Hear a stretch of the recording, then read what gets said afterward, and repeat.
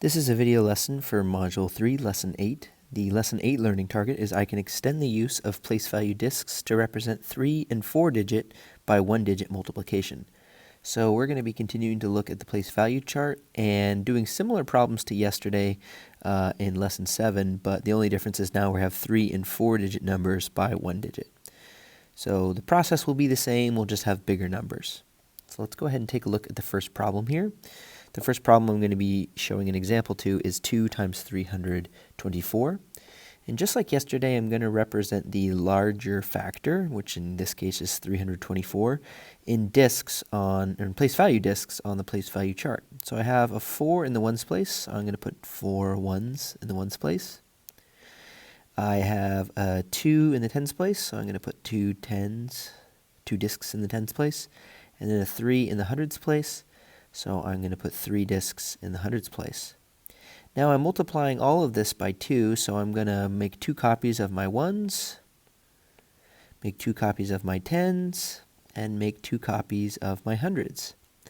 And so what that gives me is 6 hundreds, 4 tens, and 8 ones. So I get my answer of 648.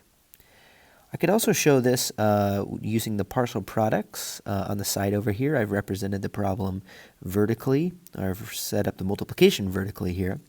And what I'm going to do is I'm going to multiply 2 times 4, 2 times 2 tens, which is 20, and then 2 times 3 100s, which is 300s. So first things first, I'm going to multiply 2, let's use a different color for this one.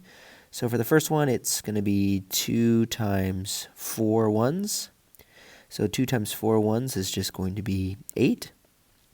Then I'm going to multiply 2 times 2 tens, which is 20. And 2 times 20 is going to give me 40.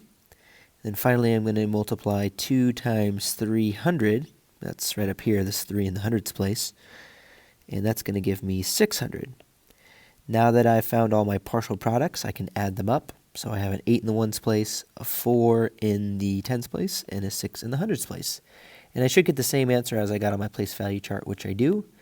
So I get the same answer of 648. So really we're looking at 2 different methods again, the place value chart and the partial products method for finding our product.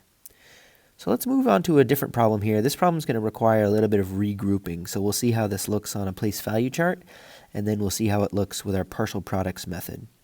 So I'm going to start once again by representing the ones, tens, and hundreds place of the larger factor in disks on my place value chart. So I'm going to put 5 disks in the ones place. I have a 0 in the tens place, so no need to put anything in the tens place, and then 6 hundreds. So now that I've represented my first factor, 605, on the place value chart, I'm going to make 4 copies of both the ones and the hundreds, and then regroup as necessary. So for my ones, I'm going to make 4 copies of all the ones. So there's 2 copies, 3 copies, and 4 copies. And then for my hundreds, I'm going to do the same thing.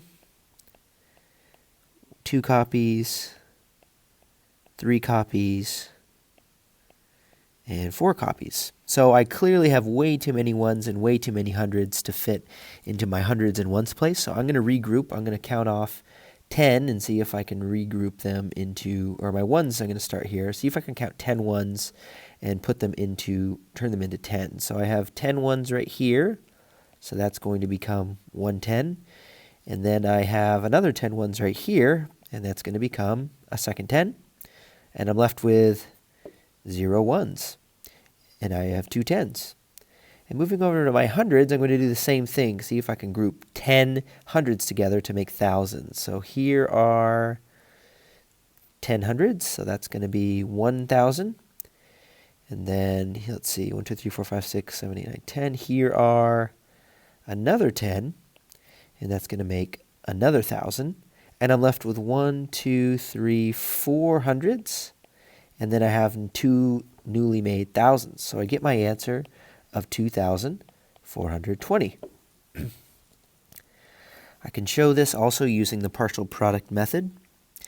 I'm going to multiply 4 by 5 ones, 4 by 0 tens, and 4 by 6 hundreds. So the first I'm going to multiply is 4 by 5 ones, which is just 4 by 5.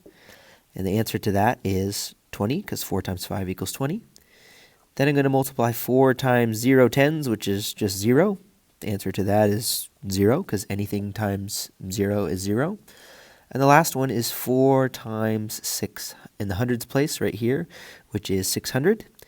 And 4 times 600 I know is 2,400, because I'm using my my multiples of, or my 10 strategy. 4 times 6 is 24, and then there's 1, 2 zeros added on.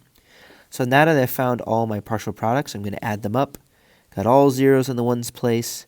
I have a 2 in the tens place, a 4 in the hundreds place, and a 2 in the thousands place. And if you look at that, you can check and see that I have 2,420, just like I got when I was using the place value chart. So another example here of using the place value chart and the partial products method.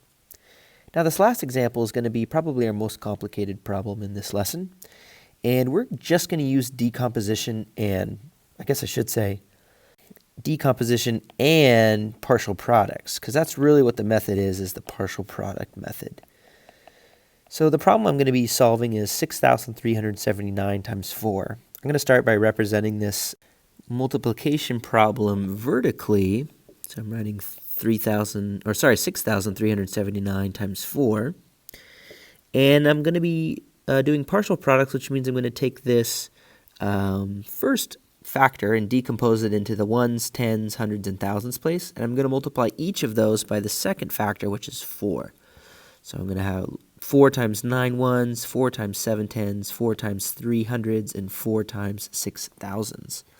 So let's start with our first partial product, which is going to be 4 times the 9 in the ones place, which is just 4 times 9. And 4 times 9 from my multiplication facts I know is 36. After that, I'm going to move on to my tens place. I'm going to be multiplying 4 times the 7 in the tens place, which is 70. I know 4 times 7 is 28, and I am multiplying that by 10. So I'm adding a 0 on the end to get 280.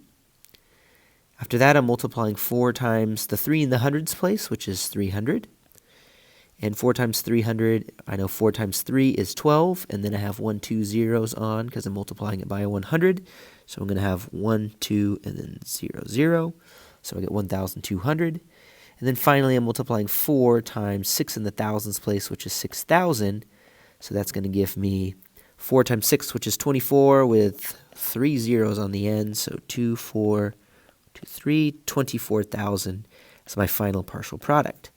So to figure out all these partial products, I used a combination of multiplication facts, like this one was just multiplication fact here. And then for these three, I used a combination of my multiplication facts and my 10 strategy. So that was that adding the zeros. We know every time we multiply a number by 10 or a multiple of 10, the digits are getting shifted and it looks like we're adding a 0 onto the end. So now that I've found all my partial products, all I need to do is add up all the partial products together. So I have 6 plus 0 plus 0 plus 0, that's going to be 6 in the ones place. 3 plus 8, that's going to be 11. I'm going to put the ones here and regroup the 10. I'm going to have 1 plus 2 plus 2 is 5 in the hundreds place. 1 plus 4 is 5 in the thousands place. And 2 plus nothing, 2 in the 10,000s place. So I get my final answer here of 25,516 using my partial product method. So that just about does it for lesson 8. At this point, you should be feeling pretty confident with both the place value chart and using decomposition and the partial product method to answer pretty big multiplication problems here. But as always, if you get stuck or need a refresher, please feel free to come back and rewatch any part of the video that you need help with. So good luck with the problem set, and thanks for watching.